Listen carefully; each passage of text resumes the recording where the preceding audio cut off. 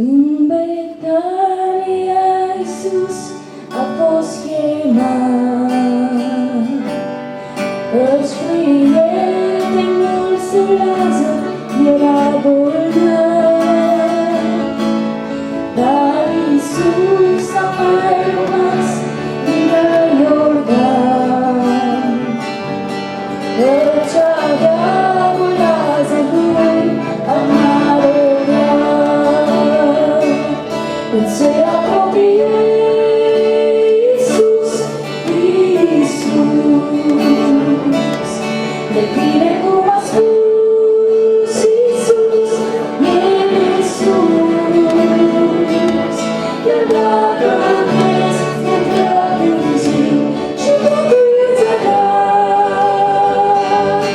Domnul Iisus poate schimba ce nu și-o dărușat. Dar se apropie Iisus, El vine